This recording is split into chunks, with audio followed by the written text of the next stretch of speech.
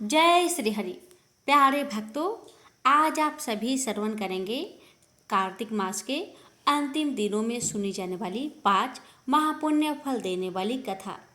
इन कथाओं को जो भी भक्त श्रद्धा भक्ति के साथ पूरा श्रवण करता है, विष्णु भगवान माता लक्ष्मी अपनी सभी भक्तों की हर मनोकामना को अवश्य ही पूरी करते हैं। इसलिए कथाओं को बड़े ही श्रद्धा भाव से पूरा अवश्य सुनिएगा। कथा को आधा अधूरा ना छोड़े। आप सभी भक्तों की मंगल कामना करते हुए इस कथा का रसपान करते हैं।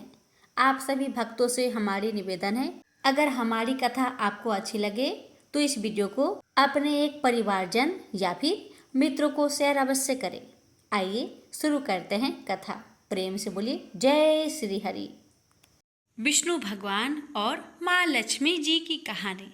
एक बार भगवान विष्णु जी शेषनाग पर बैठे बैठे बोर हो गए और उन्होंने धरती पर घूमने का विचार मन में किया। वैसे भी कई साल बीत गए थे। धरती पर आए और वह अपनी यात्रा की तैयारी में लग गए। स्वामी को तैयार होता देखकर लक्ष्मी माता ने पूछा, आज सुबह सुबह कहाँ जाने की तैयारी हो रही है? विष्णु जी ने कहा, हे लक्ष्मी, मैं धरती लोक पर घूमने जा रहा हूँ। तो कुछ सोचकर लक्ष्मी माँ ने कहा, हे देव, क्या मैं भी आपके साथ चल सकती हूँ? भगवान विष्णु ने 2 पल सोचा, फिर कहा, एक शर्त है, तुम मेरे साथ चल सकती हो। तुम धरती पर पहुंचकर उत्तर दिशा की ओर बिल्कुल मत देखना। इसके साथ ही माता लक्ष्मी ने हाँ कह के अपनी मनवा ली और सुबह सुबह माँ लक्ष्मी और भगवान विष्णु धरती पर पहुंच गए। अभी सूर्य देवता निकल रहे थे। रात बरसात होकर हटी थी। चारों ओर हरियाली ही हरियाली थी। उस समय चारों ओर बहुत शांति थी और धरती बहुत ही सुंदर दिख रही थी और माँ लक्ष्मी मंत्र मुक्त होकर धरती को देख रही थी और भूल गई कि पति को क्या वचन देकर आई थी, यानी विष्णु भगवान को क्या वचन देकर आई थी। और चारों ओर देखती हुई कब उत्तर दिशा की ओर देखने लगी, पता ही नहीं चला। उत्तर दिशा में माँ लक्ष्मी को एक बहुत ही सुंदर बगीचा नजर आया और उस तरफ से भीनी भीनी खुशबू आ रही थी और बहुत ही सुंदर सुंदर फूल खिले थे। यह एक फूलों का खेत था और माँ लक्ष्मी बिना सोचे समझे उस खेत में गई और एक सुंदर सा फूल तोड़ लाई। लेकिन यह क्या, जब माँ लक्ष्मी भगवान विष्णु के पास वापस आई तो भगवान विष्णु की आंखों में आंसू थे और भगवान विष्णु ने माँ लक्ष्मी को कहा कि कभी भी किसी से बिना पूछे उसका कुछ भी नहीं लेना चाहिए और साथ ही अपना वचन भी याद दिलाया। माँ लक्ष्मी को अपनी भूल का पता चला तो उन्होंने भगवान विष्णु से इस भूल की माफ़ी मांगी। तो भगवान विष्णु ने कहा, जो तुमने भूल की है उसकी सजा तो तुम्हें जरूर मिलेगी। जिस माली के खेत में से तुमने बिना पूछे फूल तोड़ा है, यह एक प्रकार की चोरी है। इसलिए अब तुम 3 साल तक माली के घर नौकर बनकर रहो। उसके बाद मैं तुम्हें बैंकुट में वापस बुलाऊंगा। माँ लक्ष्मी ने चुपचाप सर झुकाकर हाँ कर दी। आजकल की लक्ष्मी थोड़ी थी और वैसे भी भगवान की लीला न्यारी है। किस पर कैसे कृपा करेगी ये तो माता ही बता सकती है। आगे होता ही ये, लक्ष्मी एक गरीब औरत का रूप धारण करके उस खेत के मालिक के घर गई।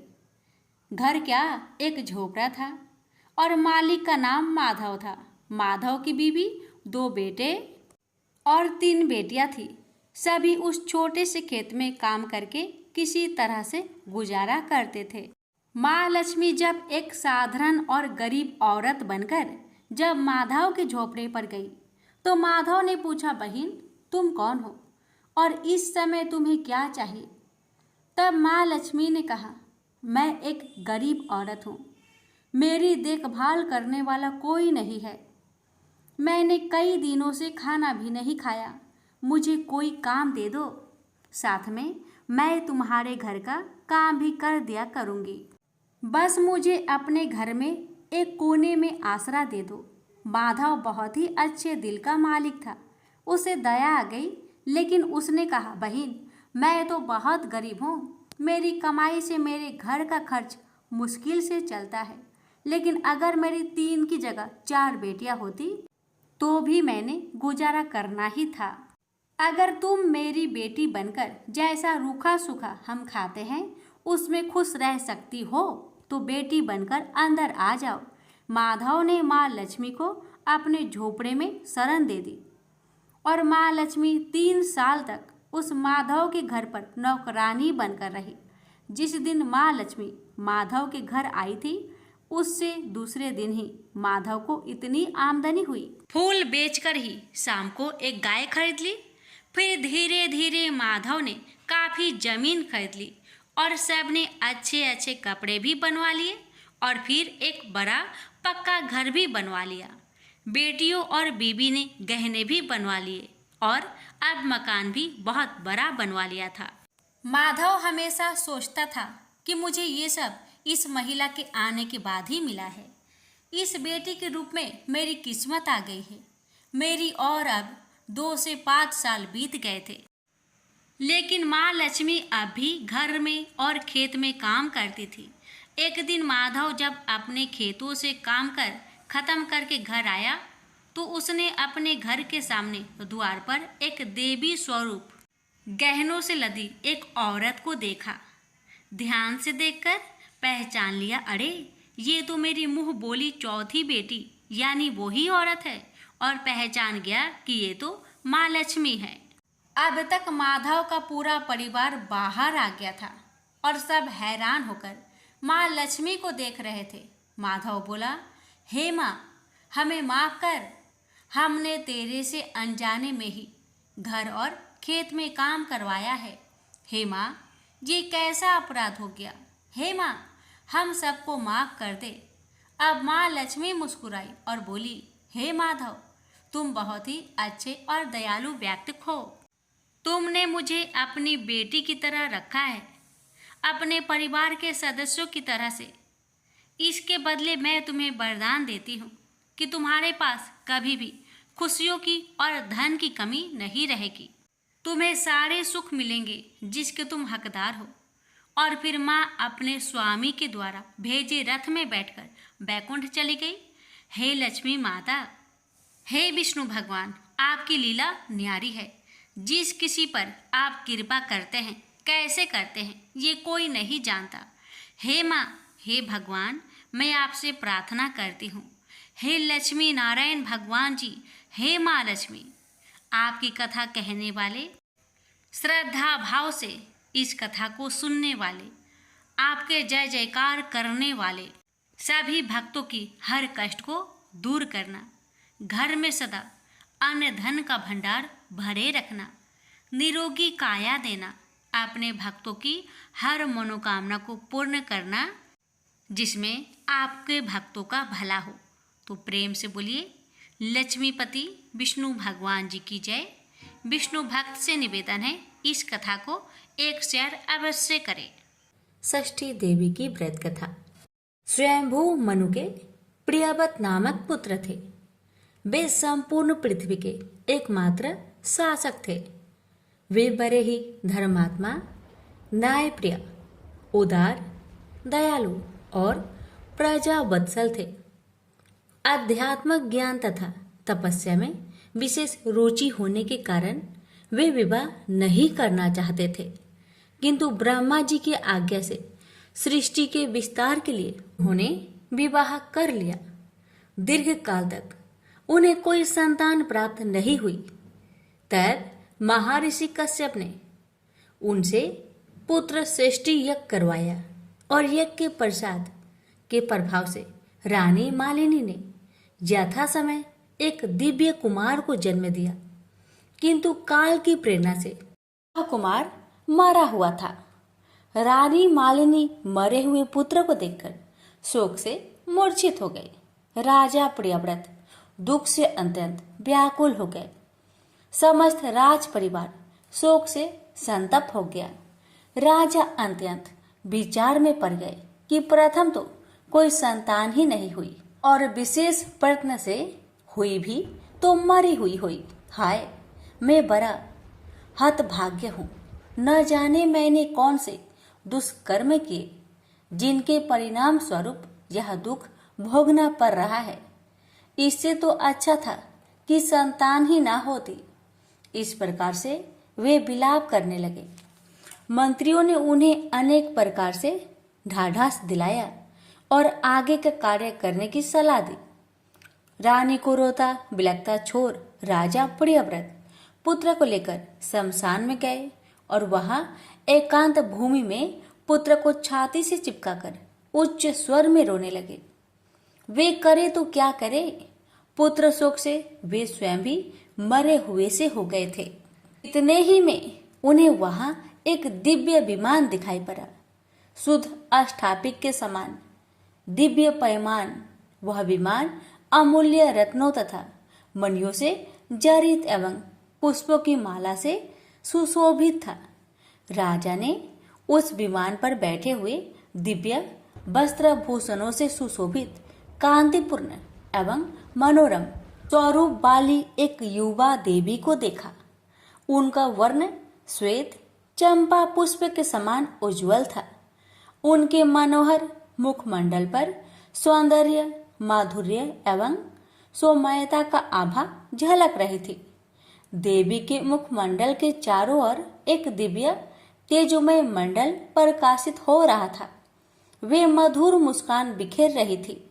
इस रूप में उन्हें देखकर ऐसा मालूम पड़ता था मानो वे साक्षात कृपा की मूर्ति ही हो।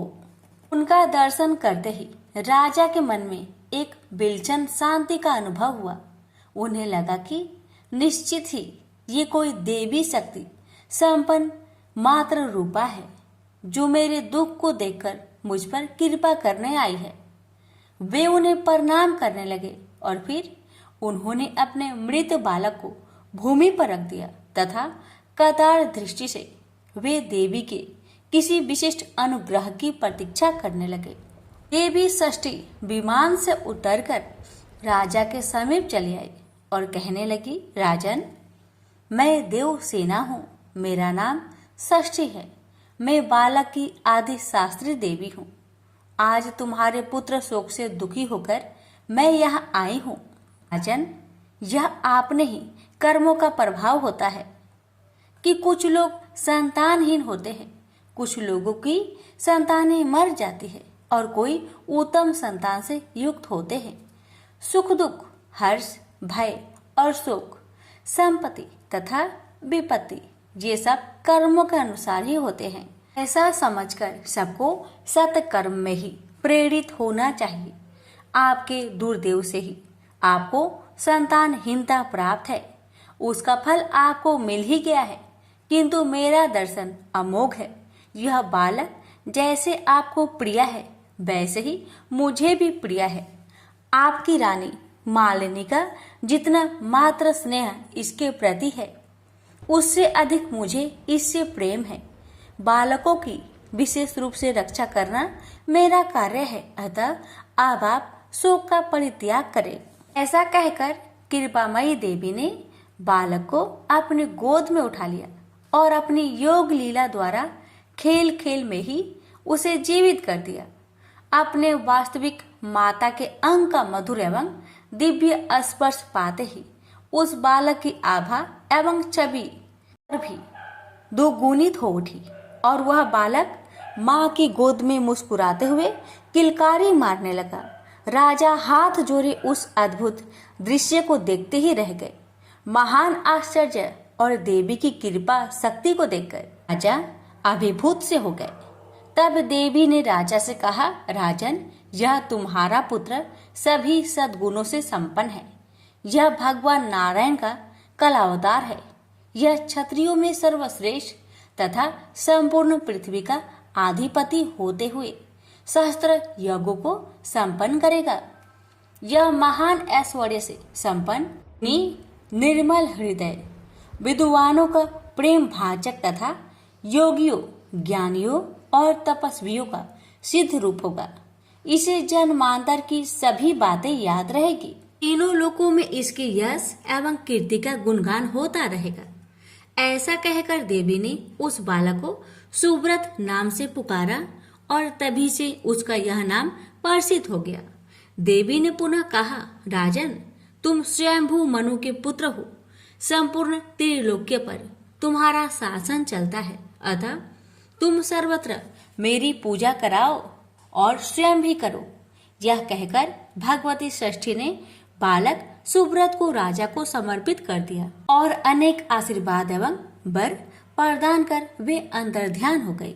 हे षष्ठी माता, जैसी कृपा आपने राजा पर किया, वैसी कृपा आपकी कथा कहने वाले, सुनने वाले, हुक्कार भरने वाले अपने सभी भक्तों पर अपनी कृपा सदा बनाए रखना। प्रेम से बोलिए षष्ठी देवी की जय। शालिग्राम भगवान की कथा। एक कसाई भगवान शालिग्राम के भक्त था। उसका नाम सधना था।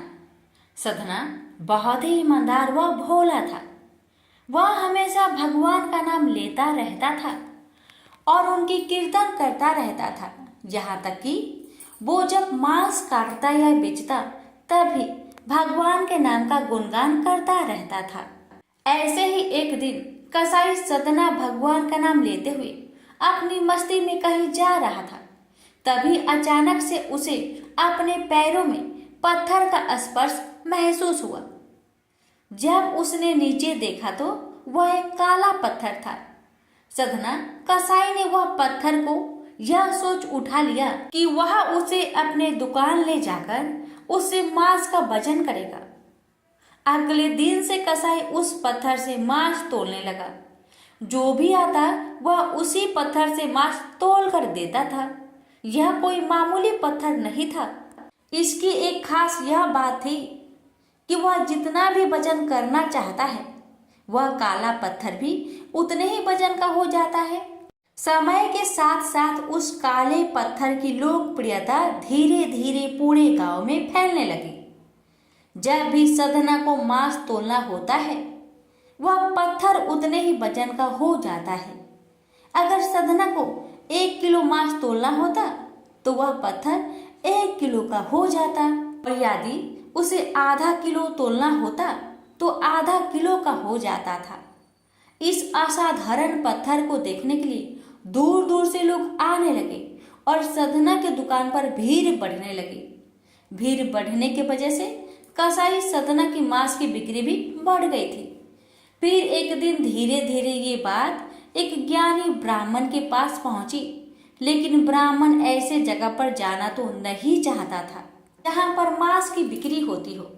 लेकिन उस चमत्कारी और असाधारण पत्थर को देखने की जिज्ञासा ने उसको वहां तक लेकर चली गई। वहां पर पहुंचकर ब्राह्मण दूर से ही सधना कसाई को उस पत्थर से मांस तोलते हुए देख रहा था और उसने देखा कि किस प्रकार से वह पत्थर आवश्यकता के अनुसार अपना वजन परिवर्तन कर लेता था। यह देखकर ब्राह्मण एकदम आश्चर्यचकित हुआ। यह देख ब्राह्मण सधना कसाई के पास गया तो सधना ब्राह्मण को देखकर बहुत आश्चर्यचकित हुआ और साथ ही साथ सधना बहुत प्रसन्न भी हुआ। फिर सधना ने ब्राह्मण का नम्र भाव से स्वागत किया और ब्राह्मण को बैठने के लिए कहा। फिर सधना ने उस ब्राह्मण से उसके दुकान पर आने का कारण पूछा तो ब्राह्मण ने बताया कि वह उस काले पत्थर को देखने आया है। ब्राह्मण ने बताया कि वह कोई मामूली पत्थर नहीं है, वह भगवान शालिग्राम जी हैं। ब्राह्मण क्रोधित होकर कहते हैं कि भगवान शालिग्राम जी को मांस के साथ रखना बहुत बड़ा पाप है। सधना बहुत ही सरल और भोले स्वभाव का इंसान था और यह सुनकर उसको लगा कि वो अनजाने में बहुत बड़ी गलती कर रहा था। सधना ने ब्राह्मण से क्षमा मांगते हुए कहा कि वह तो ब्राह्मण है, वह शालिग्राम जी को अपने साथ घर लेकर जाए और उनकी पूजा अर्चना करे। यह कहकर सधना ने उस पत्थर को उस ज्ञानी ब्राह्मण को दे दिया। वह ब्राह्मण शालिग्राम जी को बड़े आदर सम्मान से अपने घर ले आए और वहां पर भगवान शालिग्राम जी को स्नान कराया और बड़ी भक्ति भाव से उनकी पूजा पाठ शुरू कर दिया। ऐसे ही कुछ दिन बीत गए।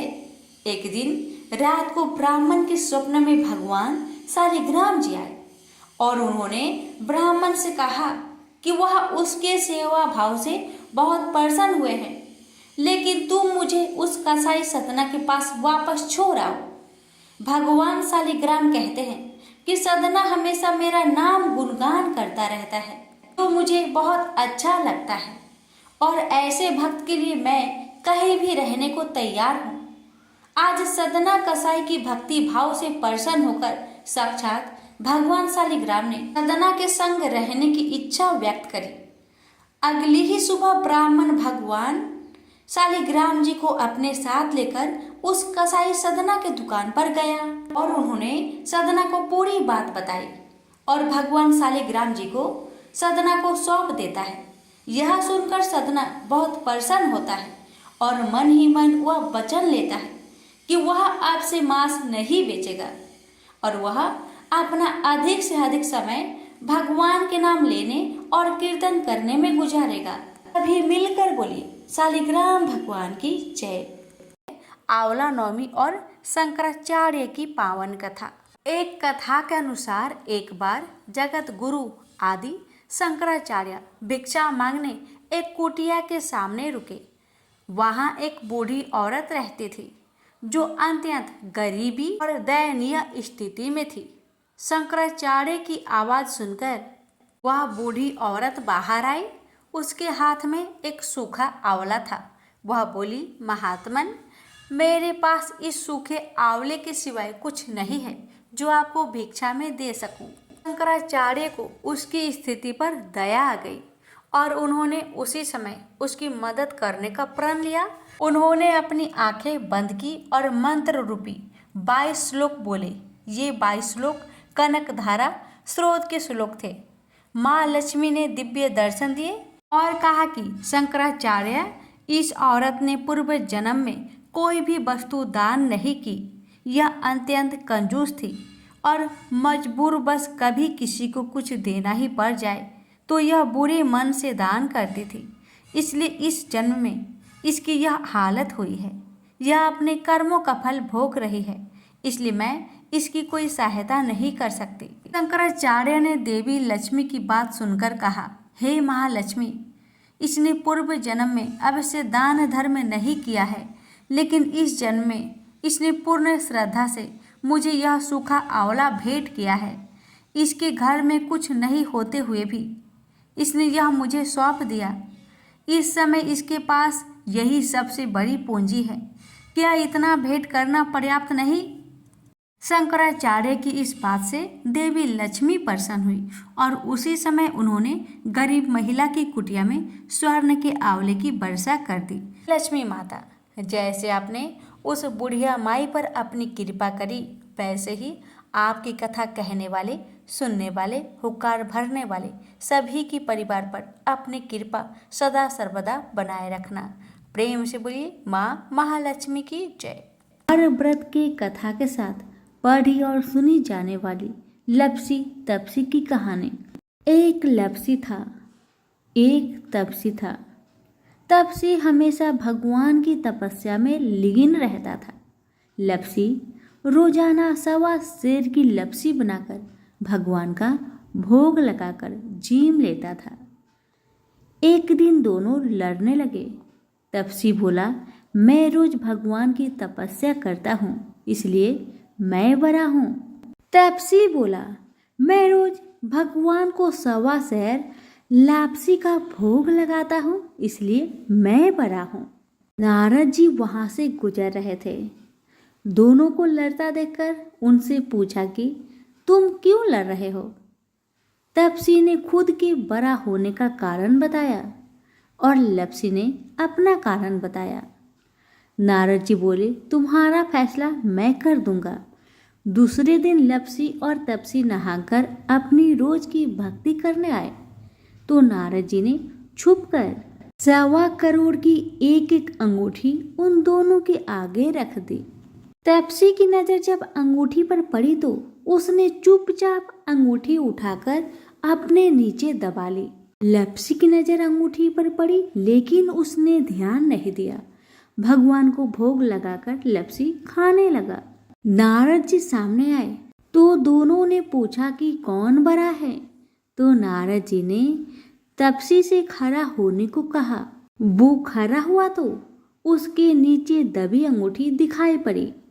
नारद जी ने तपसी से कहा, तपस्या करने के बाद भी तुम्हारी चोरी करने की आदत नहीं गई, इसलिए लप्सी पड़ा है और तुम्हें तुम्हारी तपस्या का कोई फल भी नहीं मिलेगा। तपसी शर्मिंदा होकर माफी मांगने लगा। उसने नारद जी से पूछा, मुझे मेरी तपस्या का फल कैसे मिलेगा? नारद जी ने कहा, यदि कोई गाय और कुत्ते की रोटी नहीं बनाएगा तो फल तुम्हें मिलेगा। यदि कोई ब्राह्मण को भोजन करवाकर दक्षिणा नहीं देगा तो फल तुम्हें मिलेगा। यदि कोई साड़ी के साथ ब्लाउज नहीं देगा तो फल तुझे मिलेगा। यदि कोई दिए से दिया जलाएगा तो फल तुझे मिलेगा। यदि कोई सारी कहानी सुने लेकिन तुम्हारी कहानी नहीं सुने तो फल तुझे मिलेगा। उसी दिन से हर व्रत कथा कहानी के साथ लप्सी तपसी की कहानी भी सुनी और कही जाती है। तो प्रेम से बोलिए विष्णु भगवान की जय। धन्यवाद।